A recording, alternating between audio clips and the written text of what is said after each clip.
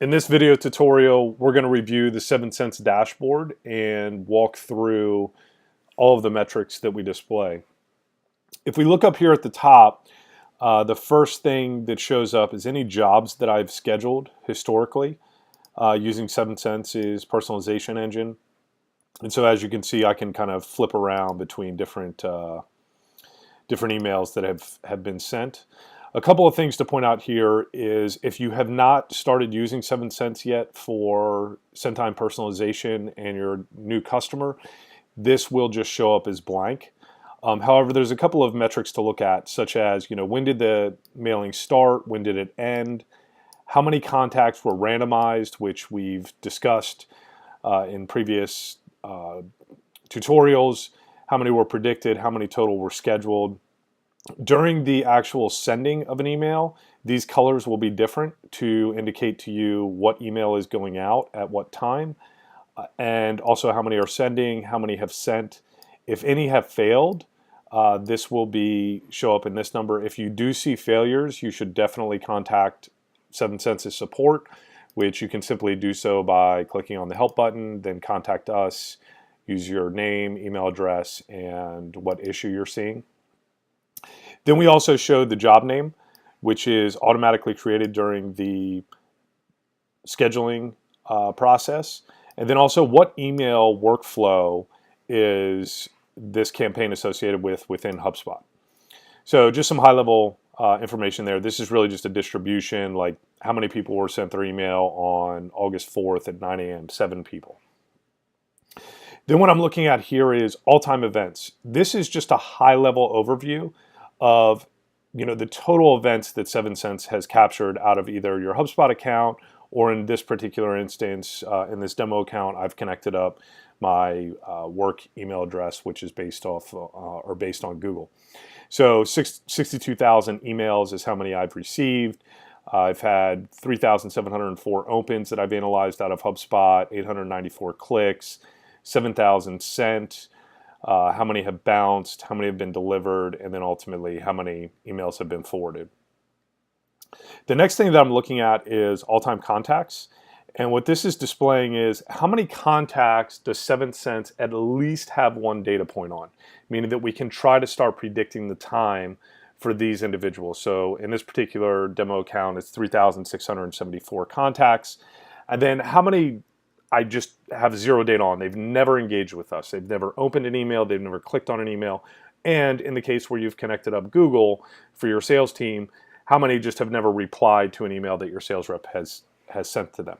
These are the individuals that we're just going to consistently randomize the send time to until we get them to finally engage. So it's a way of sampling them. Now, one thing to point out is this number could potentially be higher than what you're seeing within HubSpot.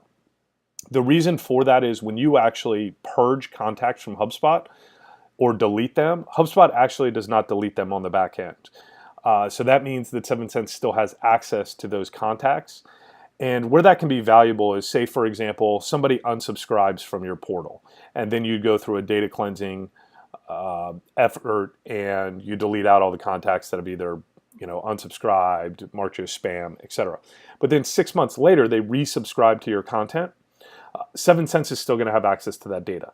Additionally, even if they've unsubscribed from marketing emails, you may still want to present that data to your sales team via the HubSpot CRM plugin to display those contact top times.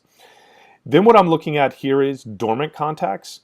So we actually track when a contact goes dormant, and the way that we display this information is a contact that has historically engaged with you but then stopped for more than 90 days.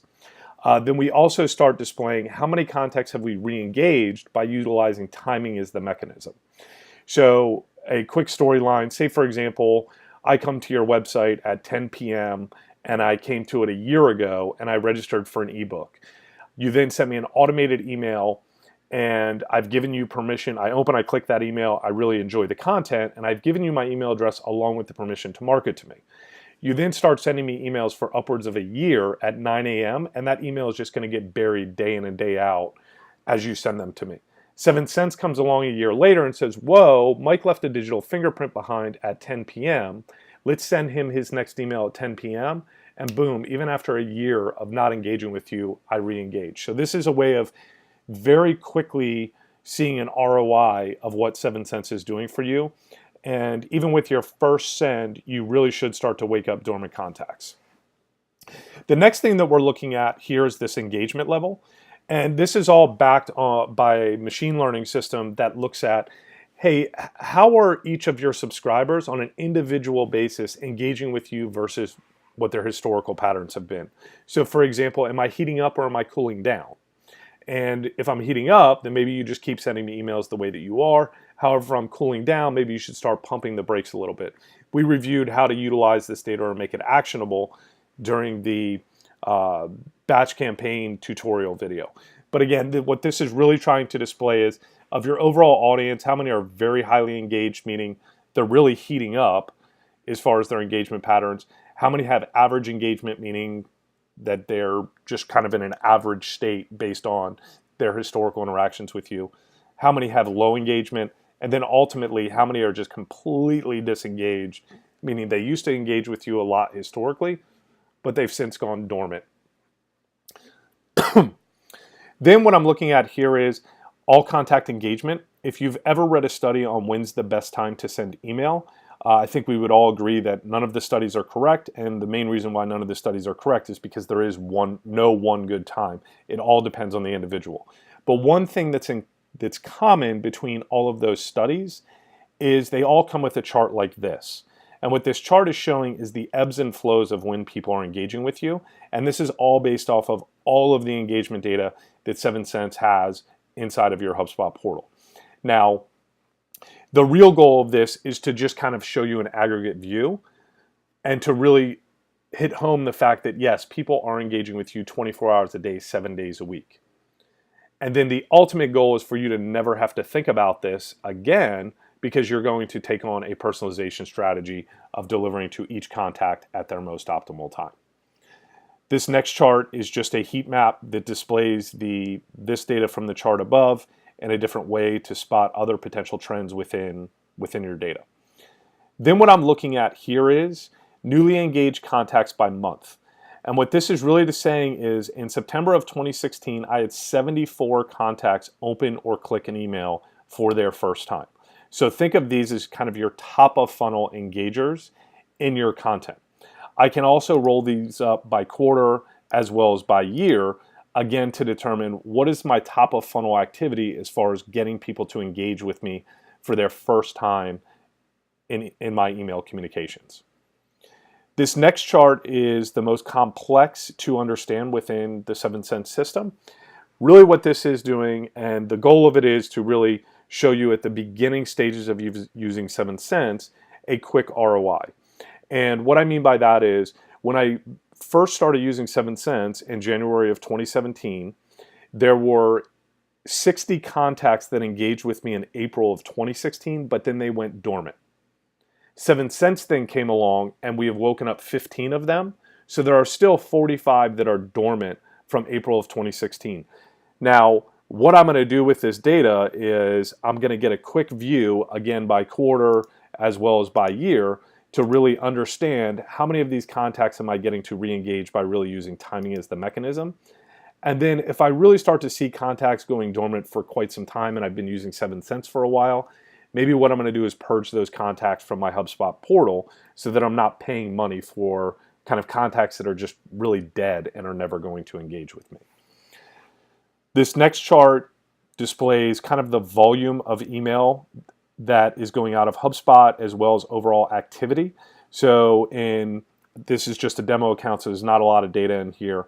But in May of 2017, sent 215 emails, 211 of them were delivered, 135 opens, 131 clicks, and then ultimately a status change is just an unsubscribe.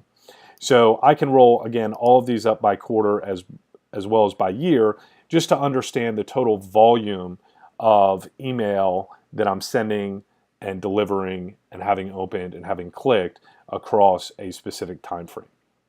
And then finally, if you have connected email accounts like your sales team's emails to 7cents for analysis, we will report how many incoming email messages in aggregate is your sales team receiving as a whole. So if you only have one email account connected, which is what I have, then you can really see the number of email replies that I'm getting on a per month, per quarter, or per year basis. And again, if you have multiple contacts connecting in, then, or multiple sales reps connecting in, then this will display that in an aggregate view. And finally, the time zone right here is the time zone that this information is being displayed in. We do hard code the time zone for the dashboard.